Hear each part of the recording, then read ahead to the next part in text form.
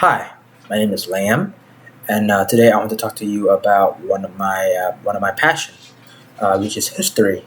To begin with, my fascination with history comes from my dad, who, despite not being a historian, had a very deep understanding of history, especially Vietnamese history, which is what I am talking about today. So during the entire course of Vietnam existence, we have been dominated by the Chinese, the French, and also the Americans. Not especially the American, but you get what I mean.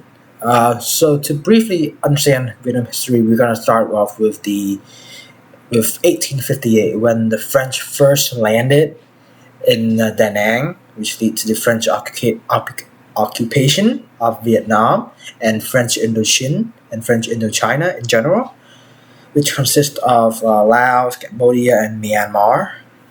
Right. So this occupation. So during the time, the French implemented and practiced a series of policy known as obscurantism, which which meaning that they deliberately withhold information and education from the people, making them solidifying their position in life as either a labor or a slave. As the story go, one man set out to save the country, and that man is Uncle Ho, or known as Ho Chi Minh, in by the world. He set out. He went to France, to America, Brazil, and Russia, and many places. And that is when he came back to start a revolution, which lead to which is called the August Revolution, known as Cách mạng tháng 8 in Vietnam, translating to August Revolution. Now, and this led to the Second Indochina War, which lasted from 1946 to 1954, and ended with the Geneva Convention, separating Vietnam into two pieces. During the French Indochina War, the Vietnamese people fought as one to rid themselves of their occupier and the imperialist France. Also, did you know that during the early stages of the French Indochina War, the Americans have helped us with technical support and personnel as well. However, they were given an ultimatum by the French that it was either the French or the Vietnamese, and we all know how that went out. That after the Geneva Convention, two countries was created, North and South. North being communistic ideology led by Ho Chi Minh, and the South, which at 1954 was still a monarchy, was still a monarch under the rules of Emperor Bao Dai, the last emperor of Vietnam. Before in 1955, a coup d'état led by then Prime Minister Ngô Đình Diệm overpowered him and took control of the country, creating the first republic of South Vietnam, the only one as well. From 1955 to 1963, Diem rules as the country president, elected president, so to say, despite not being elected. Uh,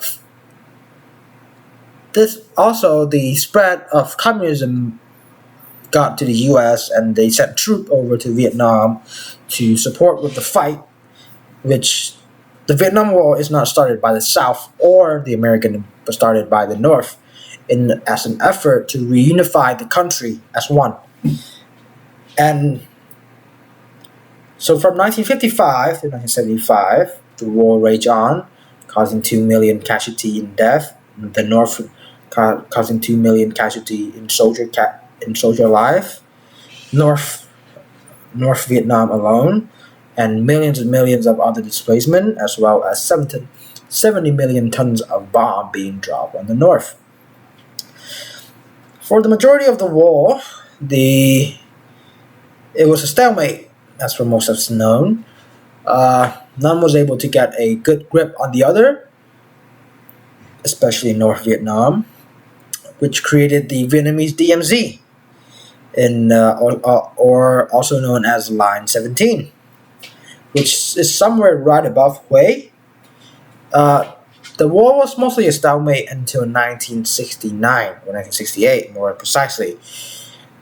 It begins with the Tet Offense, which, despite being a failed offensive effort from the North, turned out to be a very successful long-term wise, which lead to the American public disapproval of the war and lead to 1971, 1972, where American forces are officially withdraw from Vietnam with only very few personnel left.